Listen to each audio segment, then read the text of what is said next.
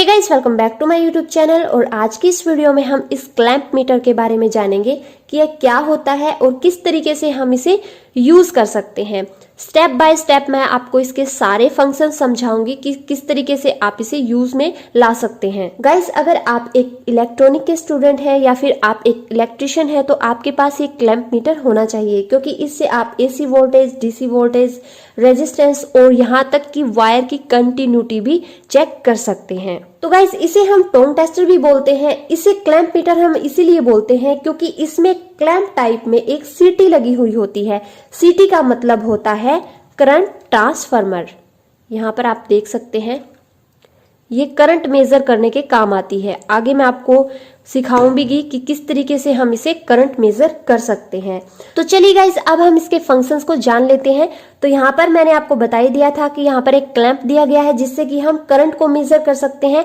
और नीचे की साइड आप देख सकते हैं कि ये सेलेक्टर नोब दी गई है, इससे हम रेंज को सेट कर सकते हैं। यहाँ पर आप देख सकते हैं कि दो बटन दिए हुए होते हैं, इसमें से ये होता है वैल्यू को होल्ड करने के लिए। यानी कि अगर आपको कोई ये बोल दे कि आप जाओ करंट मेजर करके लेके आओ, तो आप यहाँ पर उस वैल्यू को होल्ड कर सकते हैं, यानी कि आप सामने वाले को दिखा सकते हैं। आपको याद रखने की कोई जरूरत नहीं है।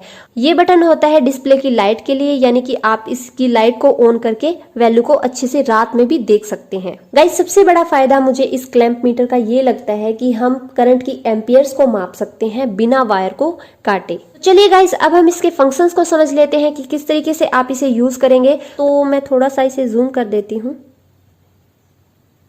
तो गाइस, यहाँ से आप देख सकते हैं कि क्लैंप मीटर का ऑफ पोजीशन रहता है, यहाँ पर भी ऑफ पोजीशन रहता है। यहाँ से आप कंटिन्यूटी को टेस्ट कर सकते हैं।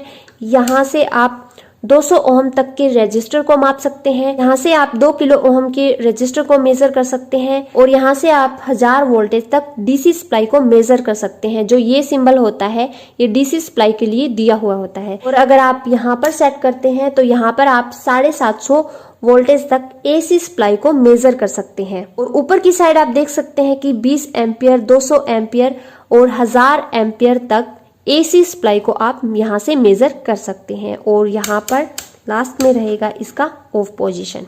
तो गाइस, ऊपर के फंक्शंस मैंने आपको समझा दिए हैं। अब मैं आपको इन 3 होल्स के बारे में बता देती हूँ। तो यहाँ पर हमारे पास होती है ये 2 प्रोब्स, इन्हें हम प्रोब्स बोलते हैं, ठीक है। जो ये कॉमन वाला होल है, इसमें ये ब्लैक वाली प्रोब लगेगी यहाँ पर।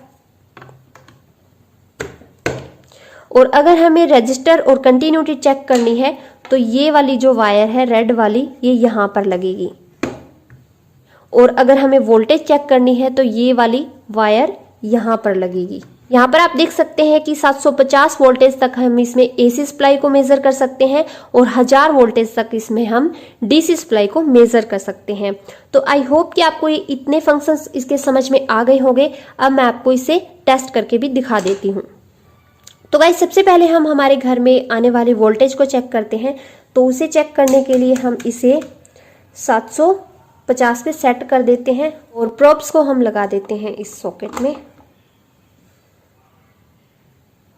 तो आप देख सकते हैं लगभग ठीक है, 220 के करीब होनी चाहिए, लेकिन फ्लक्चुएशन होती रहती है, इसके कारण ये थोड़ा कम दिखा रहा है।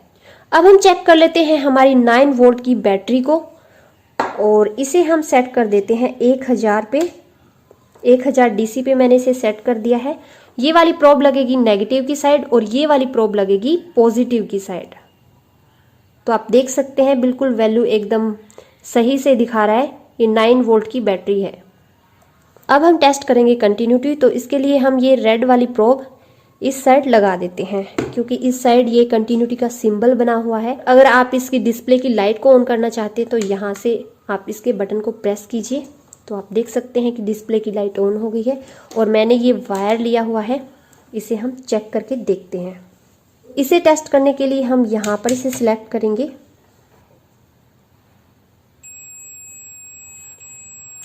तो आप सुन सकते हैं कि एक बीप का साउंड आ रहा है।